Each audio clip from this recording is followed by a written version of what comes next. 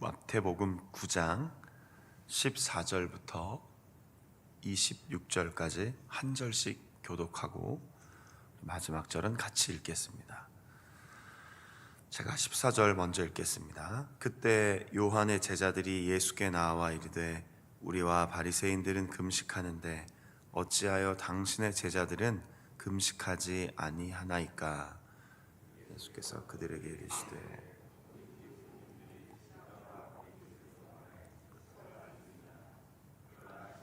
빼앗길 날이 이르니 그때에는 금식할 것이니라. 생배 조각을 낡은 옷에 붙이는 자가 없나니 이는 기운 것이 그 옷을 당기어 헤어짐이 더하게 됨이요 새 포도주를 그렇게 하면 부대가 터져 부대도 버리게 됨이라. 새 포도주는 새 부대에 넣어야 둘이 다 보존되느니라. 예수께서 이 말씀을 하실 때 한 관리가 와서 절하며 이르되 내 딸이 방금 죽었사오나 오셔서 그 몸에 손을 얹어 주소서. 그러면 살아나겠나이다 하니 예수께서 12해 동안이나 혈루증으로 앓는 여자가 예수의 뒤로 와서 그 겉옷가를 만지니 그 겉옷만 만져도 구원을 받겠다. 예수께서 돌이켜 그를 보시며 이르시되 딸아 안심하라 내 믿음이 너를 구원하였다 하시니 여자가 그 즉시 구원을 받으니라. 예수께서 그 관리 집에 가서 비리 부는 자들 이르시되 물러가라 이 소녀가 죽은 것이 아니라 잔다 하시니 그들이 비웃더라. 무리를 내보낸 후에 예수께서 들어가사 소녀의 손을 잡으시며 일어나는 26절 같이 읽겠습니다. 그 소문이 그 온 땅에 퍼지니라. 아멘. 하나님 나라의 복음의 특징, 오늘 설교의 제목입니다.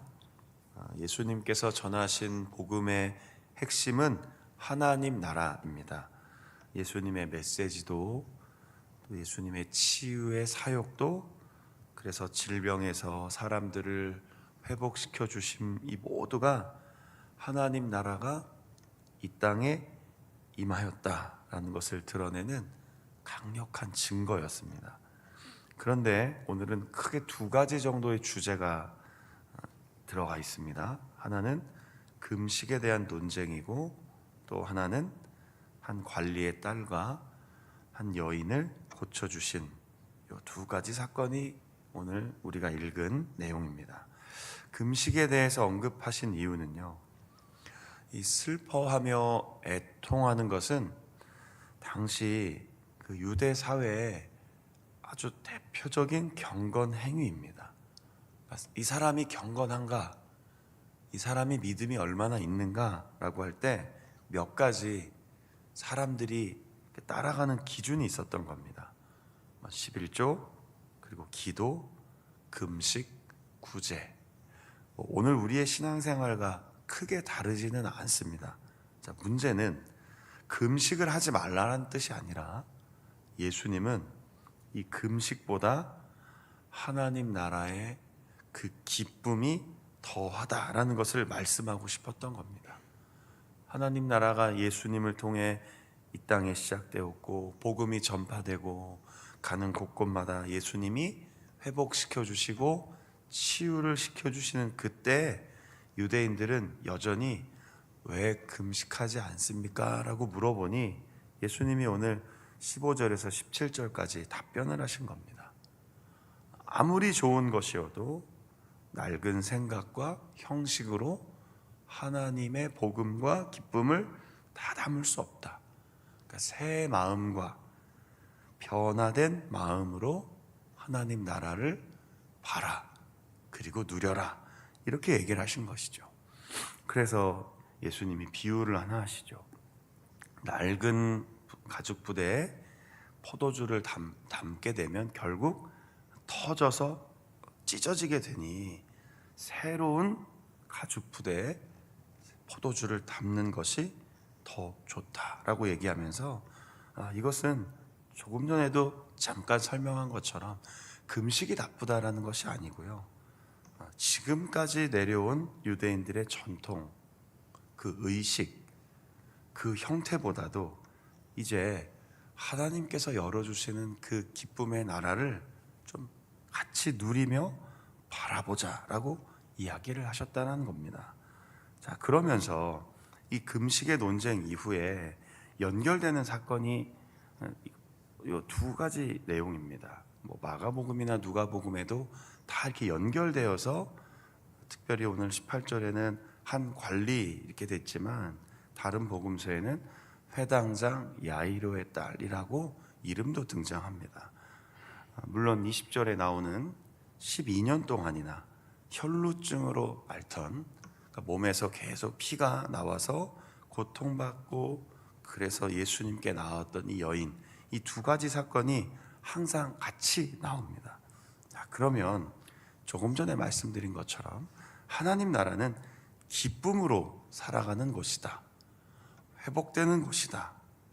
그리고 더 이상 이전의 여러 가지 의식과 낡은 형식으로는 하나님 나라를 진심으로 누릴 수 없다라고 하실 그때 일어난 이 사건이 무엇을 보여주는가? 내용은 다 아실 겁니다. 가서 죽은 딸을 살려주시고, 길을 지나가시다가 12해 동안이나 혈루증으로 앓던 여인이 예수님 옷만 만져도 낫겠다라고 하셔서 그 치유를 받은 사건, 너무나 잘 아는 내용이시죠. 자, 그러면 이 사건을 통해 마태가 보여주고 싶은 이야기가 무엇인가? 오늘 그 한 가지를 말씀드리려고 하는 겁니다. 계속해서 지금 질병을 고쳐주시면서 제가 말씀드린 게 있었죠.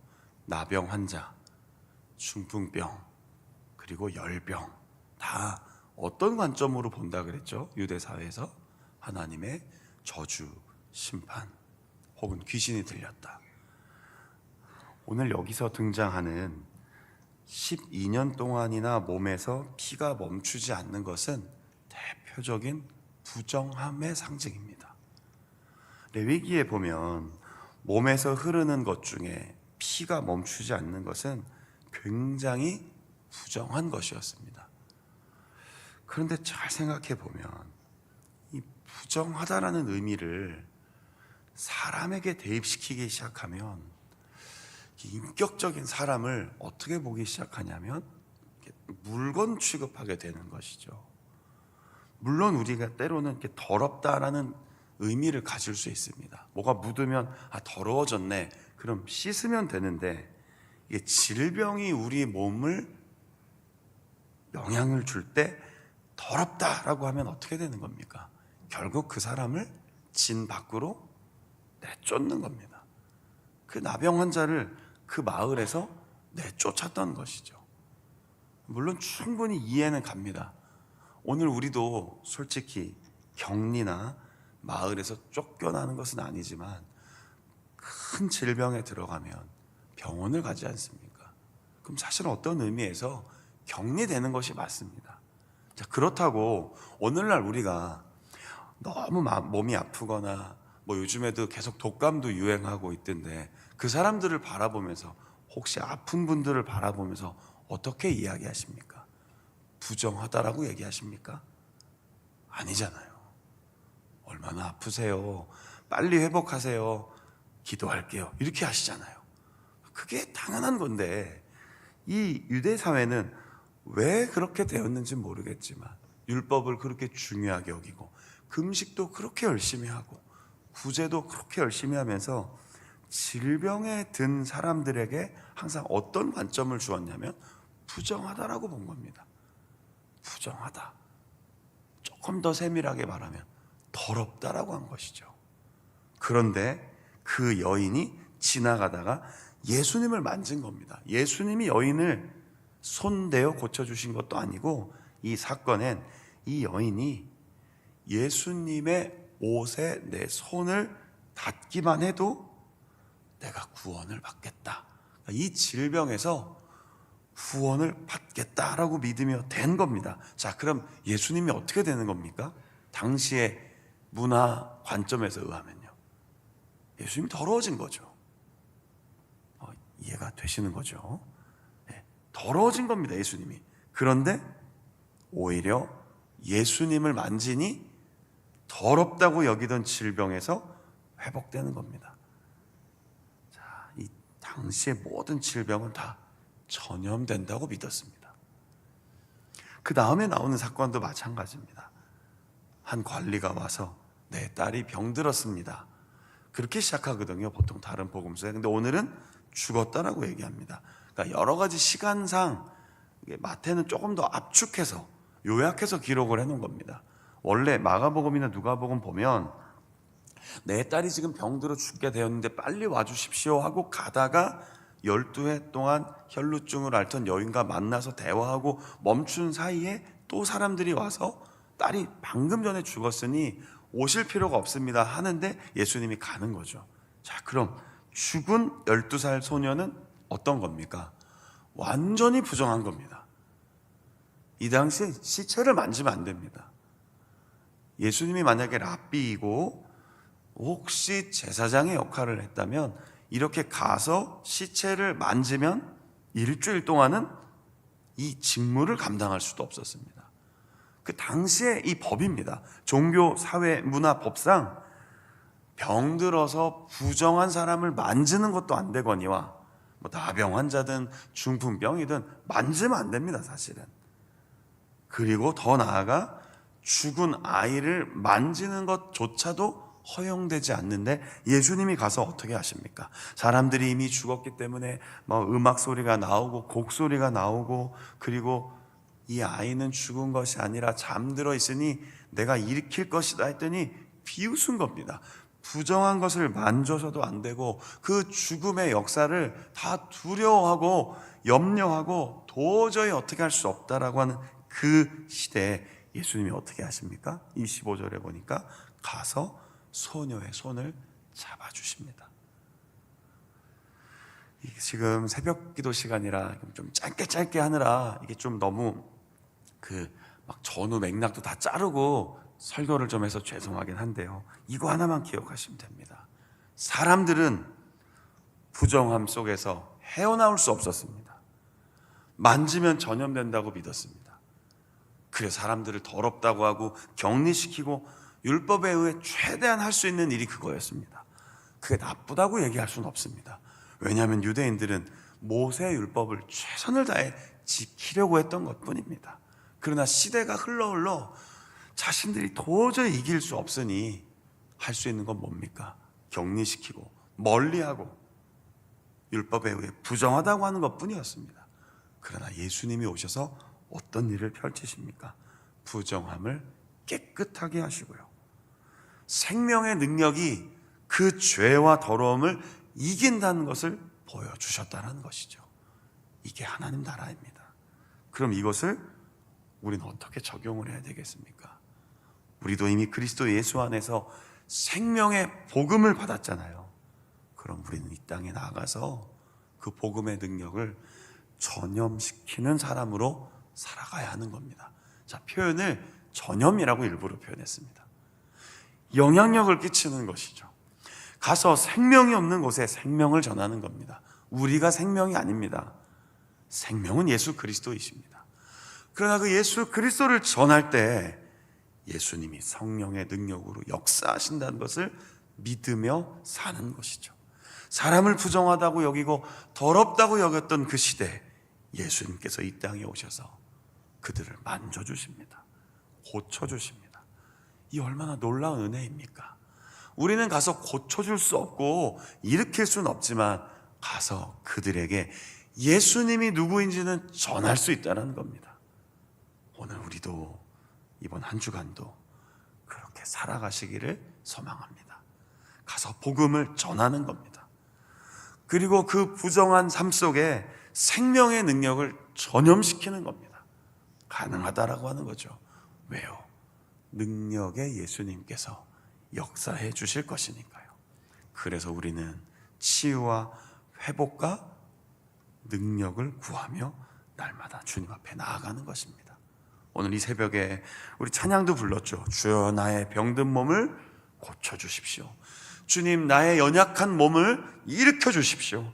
주님, 나의 연약한 마음을 강건하게 해주십시오. 이렇게 기도합시다.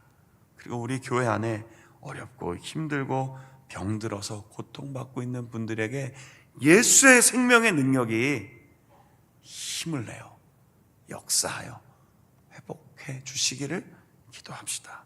그리고 제가 마지막에 말씀드린 것처럼 이 놀라운 복음을 전할 때 하나님의 능력은 그 삶 속에 힘을 내요 역사한다는 것을 기억하며 오늘도 부정한 것을 전하는 것이 아니라 생명을 전하며 살아가는 복된 하루 살아가시기를 예수 그리스도의 이름으로 축원합니다.